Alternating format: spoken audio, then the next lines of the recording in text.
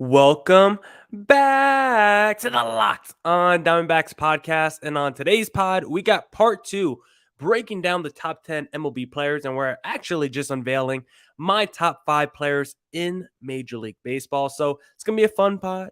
It's going to be a jam-packed pod as always. So let's jump right into it.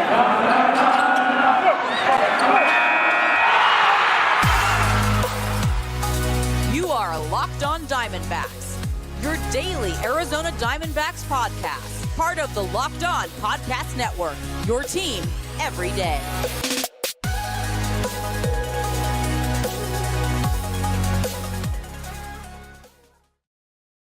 Millard Thomas of Locked on Diamondbacks still here. I'm a multimedia journalist and I'm a graphic designer, so please go check out my website, millardthomas24.myportfolio.com. On there you can see all my latest work, from my packages to my articles to my photos and my graphic design. If you want to see more content by me, just follow me on Twitter at CreatorThomas24 for my personal account, or just look up Locked on Diamondbacks on both Twitter and Instagram for the podcast handle. And of course, thank you for making Locked on Diamondbacks your first listen every day. I would not be doing this podcast without you, the listener, of course, sharing, subscribing, reviewing, doing all that so I could do this podcast for you. Thank you. I really appreciate it. It's free and available on all platforms, so please continue to tell your friends. We're doing this podcast after the gym. Most of the time I do a podcast before the gym, but we're doing it after the gym today, and I'm surprisingly amped up right now. Guess a lot of testosterone is built up after the gym. So this feels like a different energy right now. Maybe I have to try doing more pods in the future after the gym. Maybe it's a different feel on the mic. We'll see what happens. But like I said, in the cold open, we're discussing the top 10 players in baseball, really just the top 5, because we did part 1 on Monday detailing my 6 through 10 best players in baseball. Now we're doing the top 5. But before we get there, might as well make mention of the MLB lockout, because I don't know, there seems to be some progress. It feels like these two sides have met for like 6-7 hours. They've basically done school days in terms of how long their meetings have gone. The last 3 days they've been meeting for multiple hours. Now, has there really been any progress made? Not really. I mean, a lot of the stuff they're focusing on seems to be about this arbitration pool. Should it be 10 million bonus pool, 15 million? Like, really, I don't care. Let's end the lockout. Like, if we're arguing about arbitration pools and things like that, like, that's the least of my worries when it comes to this lockout. Universal DH, expanded playoffs, things like that. Getting to free agency quicker, sure, but just trying to figure out, should it be 10 million or 15 million for the arbitration pool? Like, who really cares about any of that? And Major League Baseball, they're putting their foot in the ground right now. They're saying, if we don't meet our deadline, games will be canceled, and we're not making those games up. You guys will just not get paid a full season. Like, the owners are starting to drop the hammer down. They're kind of putting the arms behind the players' back. They're taking the players' arm and putting it behind their own back, because they're just basically saying, hey, you either curtail to what we're saying, you guys do the ultimate compromise, or you just won't get paid. Like, it's no issue to us.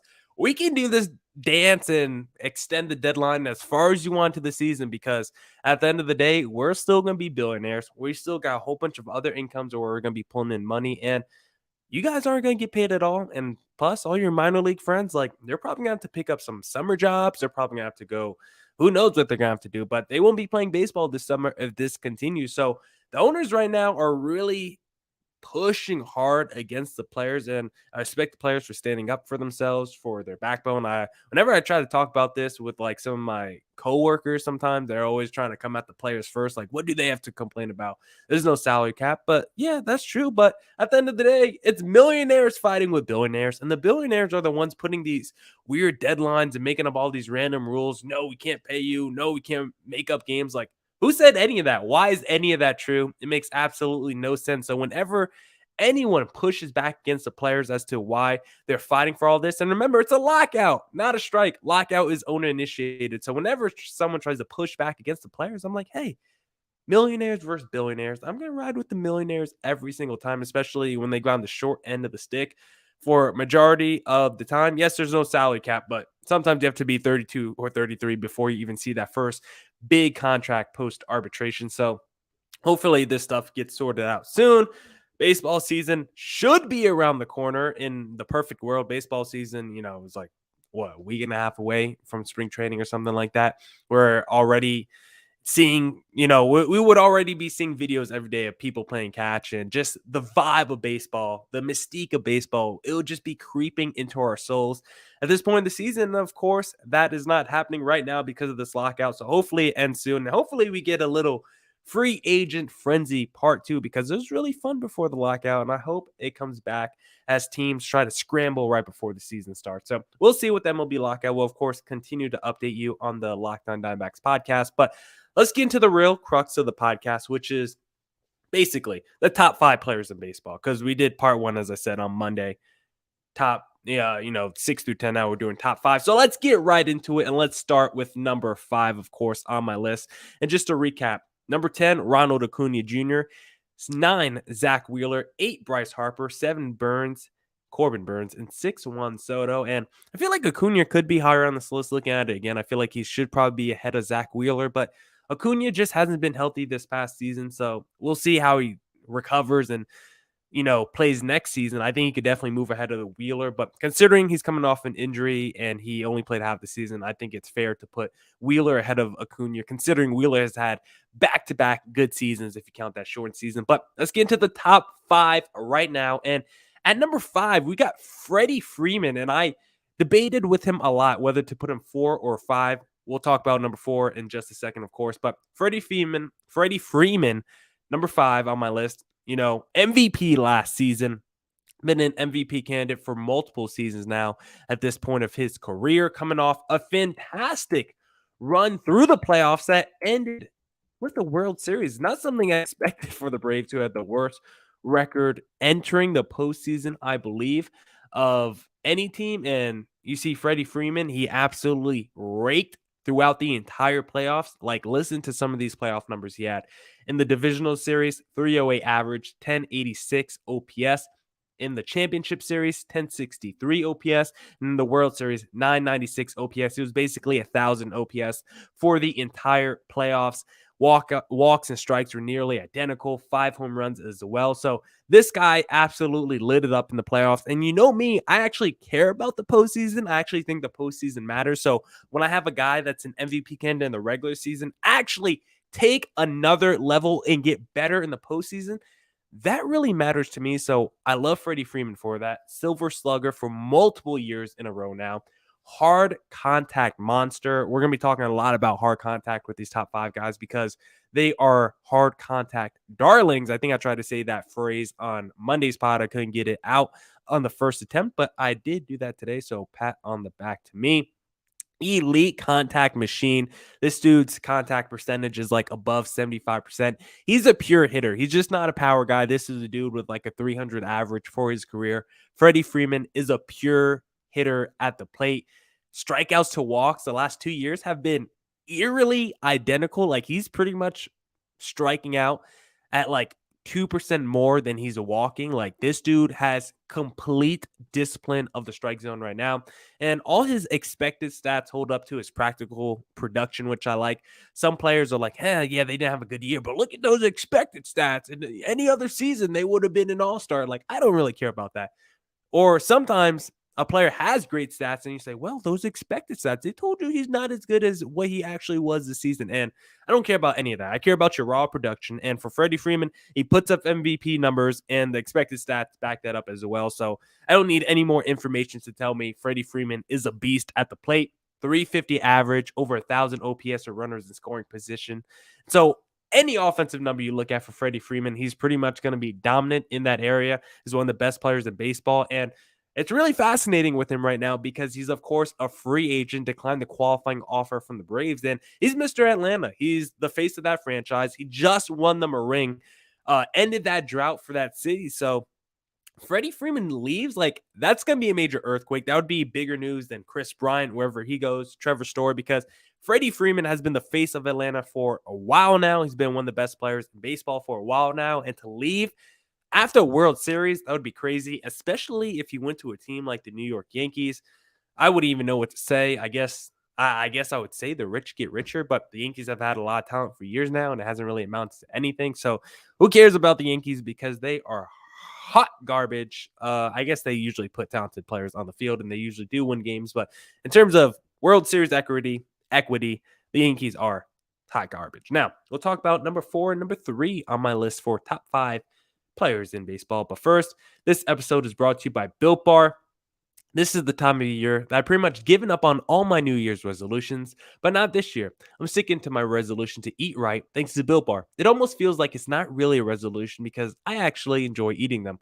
And have you tried the Puffs? If you haven't, you're missing out on one of Built Bar's best tasting bars. The Puffs are the first ever protein infused marshmallow. They're fluffy, they're marshmallowy, they're not just a protein bar. Puffs are a fan favorite with some incredible flavors. And like all the Built Bars, not just the Puffs, they're covered in 100% real chocolate. They're soft, they're easy to chew. I love Built Bars, low calorie, low sugar, high protein, high fiber, even great for a keto diet, better than a candy bar, and a lot healthier than a candy bar as well. If you want your own Built Bar, just go to built.com, use promo code LOCK15 for 15% off your next order. Promo code LOCK15 for 15% off at built.com. All right. Let's get back into the podcast and let's discuss number 4 on my list. And maybe you guys think he should be low on this list. Maybe you think he should be higher. Maybe you think I was correct in my initial reasoning to put him at number 5 and Freddie at number 4. But coming in at number 4, I got Fernando Tatis Jr. And I don't think it's surprise. I don't think it's a surprise at all to see Tatis, number 4 on my list. I just don't know if everyone would agree.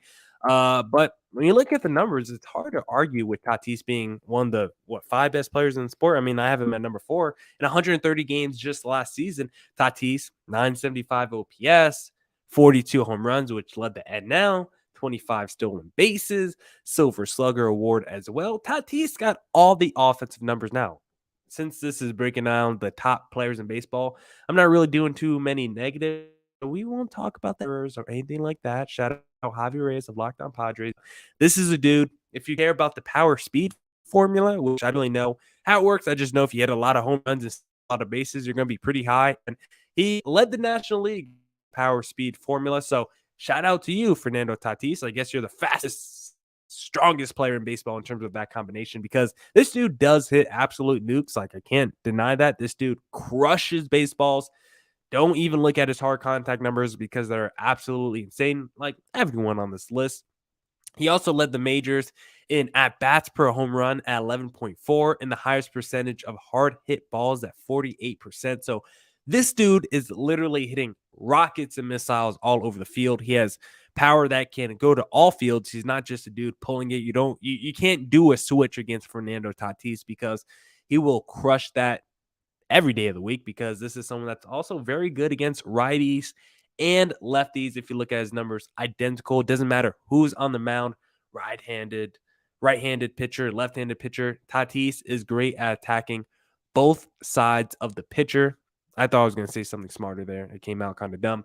364 average and over 1,200 OPS with runners in scoring position. And if you want to dwindle that down to runners in scoring position, but with 2 outs, Tatis, 463 average and a 1583 OPS.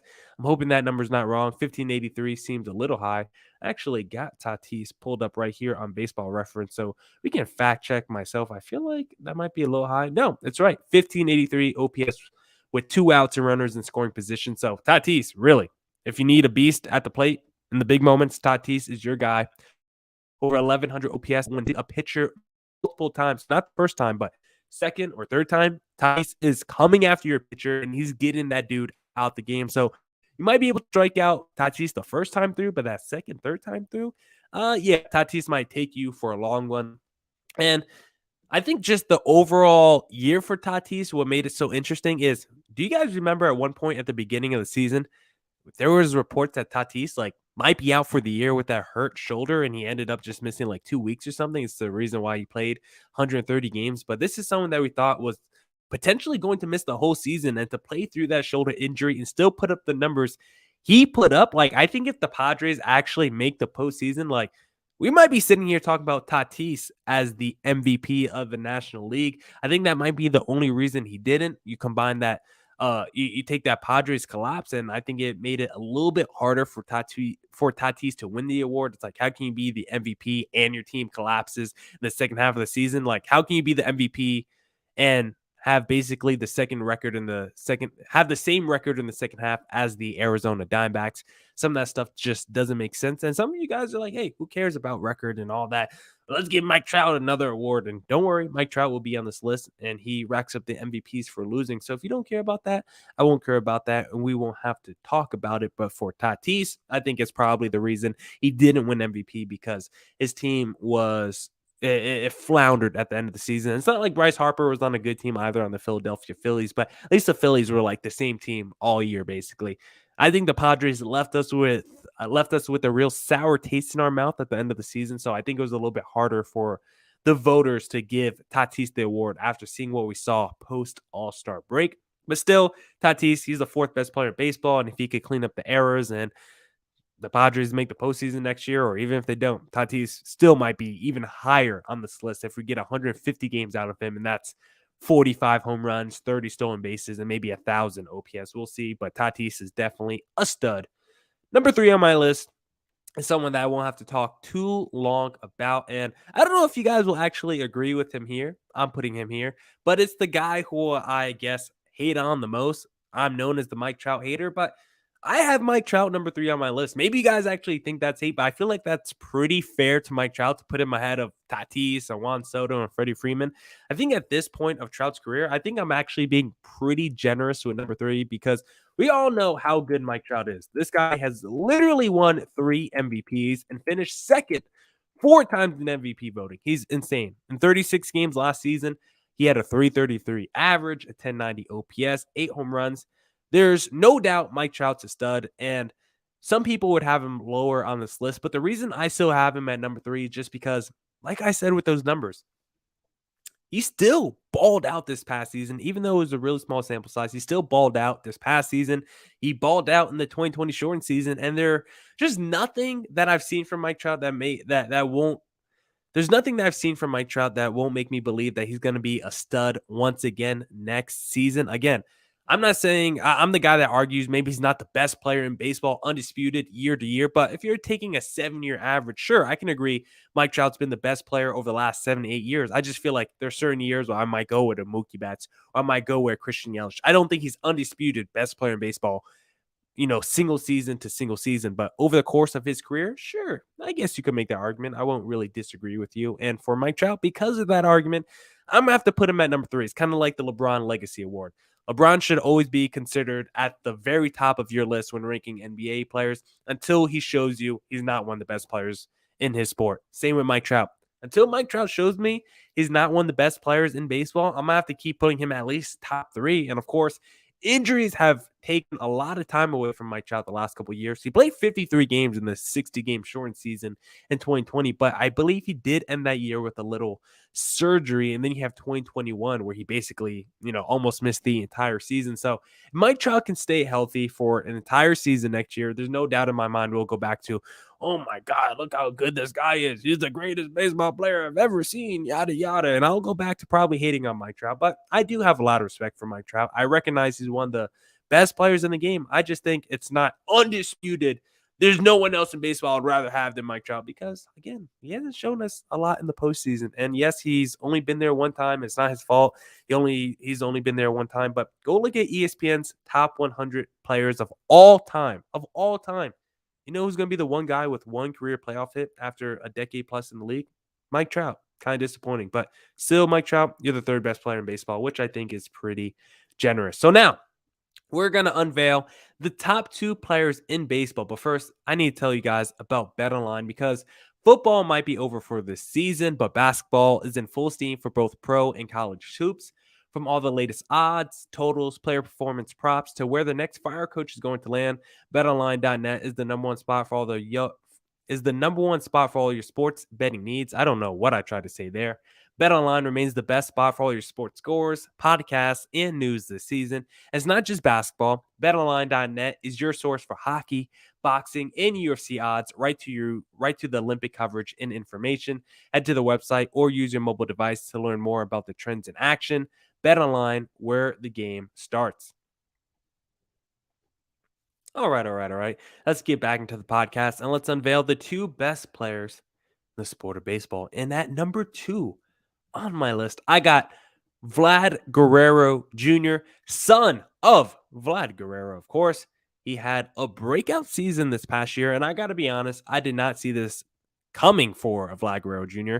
So much so that when my homie drafted him like in the 5th round or something, I actually laughed at him. My homie took Vlad Guerrero Jr. You know him, JT Shorty. He's been on this pod multiple times. He took him like the 5th or 6th round in our fantasy baseball draft, and I actually laughed at him on Zoom while we were drafting because I was like, yo, that's a ridiculous pick.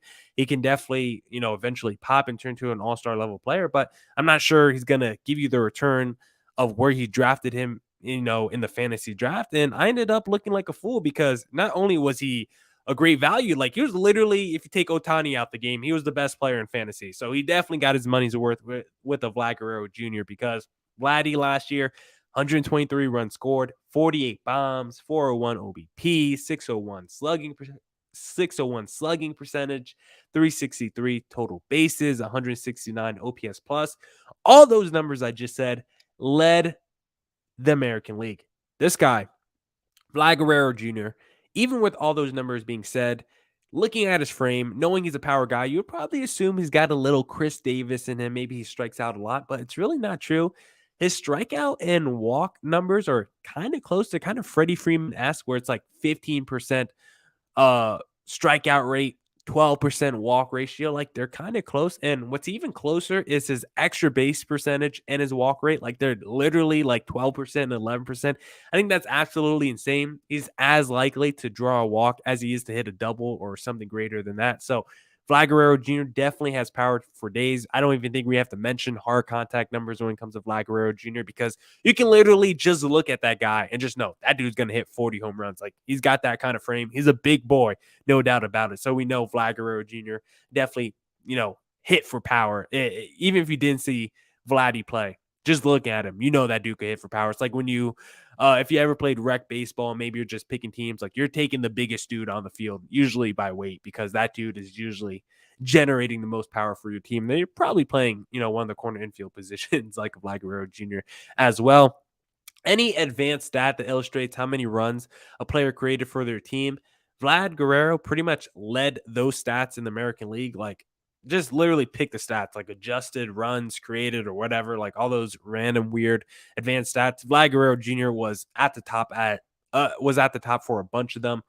905 OPS with 2 outs. I found that stat pretty interesting because of course it's hard to get a hit with 2 outs. The pressure's on. Pitchers pitch to the batter differently. They try to attack you a little bit more, and it doesn't matter. Vlad Guerrero Jr., you can't really trip him up at all. 315 average and 1050 OPS for runners in scoring position. That's why these are the top 10 players in baseball, because every time I bring up their numbers with runners in scoring position, they're all-star Hall of Fame numbers. So Vlad Guerrero Jr., the same guy. And also leverage doesn't matter for this guy. High, medium, low. This dude is coming through for you in all situations. So Vlad Guerrero Jr., definitely a clutch player, definitely one of the brightest players in baseball, one of the, not even an up-and-coming star. Like he's a superstar. He's here now. And want to see how his career unfolds because it might end up being better than his daddy's, which is just crazy to think about because his father was one of the best players I've ever seen growing up. So the idea that his son could actually be better than him, that's like one of those, Hallmark movie type stories, I guess. Hallmark, I don't know. I don't know who's making movies anymore like that. Netflix, I guess Netflix now. If you've seen that trailer for Adam Sandler and LeBron James, they got a movie coming out. I guess you had that Sean Payne movie coming out recently. So I guess Netflix is the place to go for feel-good sports movies in 2022. Now, number 1 on my top 10 MLB players in Major League Baseball, we got Kettel Marte. No, just kidding. I know it's Locked On Diamondbacks, but I can't do that. Kettel Marte is not the best player in baseball. We know who it is. It's Shohei Ohtani. 965 OPS, 46 home runs, 26 stolen bases, and 8 triples last season. And guess what, guys? You already know this, but that was just as a position player because as a pitcher, Ohtani, 3.18 ERA, 130 innings pitched, double-digit strikeouts per 9, and a 109 whip. Words can't describe how good Shohei Ohtani is. There's not a lot of numbers that I could tell you that you probably already don't know because Ohtani's been that good and been that highly discussed, but I guess I could give you a few. like everybody else. 1166 OPS for runners in scoring position, and high leverage moments, 1276 OPS. This dude crushes in the biggest moments of a ball game. Hard contact stuff, forget about it. Like everybody else, he's crushing that ball. And he's not just crushing it at the plate. Like Ohtani throws ridiculously hard. His fastball average almost 96 miles an hour. Like there's no one on the D-backs, I think, with a fastball faster than Ohtani's, which is crazy to think about because if he joined the D-backs, he would easily be our number one starter and easily, not easily, but he would be in the conversation for probably our best position player and probably argue he would be a better position player than Kettel Marte as well. So he'd probably be the best player for the D-backs as a pitcher and hitter if he came to the team. Now, some interesting notes from Ohtani from this past season that I found off Wikipedia, so I want to give them credit. Finished the year unbeaten at home, going 6-0 with a 1.95 ERA and 13 starts. Ohtani's home ERA was the lowest by an Angel starter since Jared Weaver in 2011. I believe Jared Weaver is going to be on the Hall of Fame ballot next season. He also became the sixth starter in AL or NL history to make at least 13 home starts without losing a decision and an ERA below 2 in a season. Ohtani became the first player in MLB history to have at least 45 home runs, 25 stolen bases, 100 RBIs, 100 runs, and 8 triples in a season, and just the second player in AL history to record at least 45 home runs and 25 stolen bases in a season, joining Jose Canseco in 1998. I'm praying Shohei Ohtani can be a trailblazer for players coming through the system that can both hit and pitch. I don't think it's that crazy of an idea for teaching young kids, hey, why don't you just swing the bat and then next inning, why don't you just go up there on the mound? Like, pretty sure it's actually better for your muscles. You don't want to do the specialization thing. They'll get different movements going in their body, and they'll just be learning more skills. I don't know why the youth is so focused on you got to learn one position. You're never allowed to learn anything else for the rest of your life. Like if you're 12 years old and you're chubby, like you're going to be an offensive lineman or a defensive lineman. And it's really not fair because what if those people want to do something different? Once you get, if you're the most athletic guy on the field and you get tapped to be the running back, well, guess what? At 12 years old, you're probably going to be the running back for the rest of your life, which is really not fair. So hopefully in baseball, we could teach the youth and break the cycle of if you want to be a pitcher, you can only be a pitcher. If you want to be a hitter, you can only hit from your right side, no switch hitting. Like, I don't understand why we're trying to teach kids less skills. I get you want them to refine one, but let them learn a whole bunch and see what they're good at and see what they gravitate to. So hopefully Ohtani can be a trailblazer in that area. And also, we need to get Ohtani to a winning team. He's allowed 2 more seasons with the Los Angeles Angels, but after that, I want to see Ohtani on a great team because I don't want the whole Mike Trout argument with Ohtani. I don't want to be here. I don't want to be the one saying, yes, Mike Trout has had a disappointing career because even though he's been arguably the best player in the regular season we've ever had, he has a 1 career playoff hit. That's not a very interesting career. So for Ohtani, I don't want to be marveled every year by him doing all these crazy stuff in the regular season, pitching and winning 20 games as a pitcher and then 50 home runs as a hitter. Like, all that stuff is cool, but if I don't even get at least one moment from you in your baseball career, or at least able to see you multiple times in the playoffs in the biggest stage, like a lot of that stuff just comes up short to me. It doesn't leave me very fulfilled. And that's why Mike Trout, as good as he is, his career had just left me a little short, wanting more because I know how good this guy is, but I just haven't seen it on the big stage. And guess what? There are players who are all-timers in the regular season that are not good in the playoffs, a.k.a. Clayton Kershaw. So I don't want to just assume that Mike Trout's going to be good in the postseason. I don't know what Mike Trout's going to be in the postseason because I've only seen him there one time. Ohtani, don't do the Mike Trout. Please, please, please. I know Mike Trout loves California. I know he loves the Angels. He wants to be there. That's all well and good. But Ohtani, if you care about winning or your legacy or any of that jazz that, us sports talking heads like to discuss and debate about, please eventually get to a winning season or, a winning team. You can spend 2 more seasons with the Angels and do whatever you want. But after that, once your contract is up, let's think about moving on, buddy, because I want to get you to a World Series contender and I want to see you pitch on the biggest stage in baseball. Now, that's it for this edition of the Locked on Diamondbacks podcast.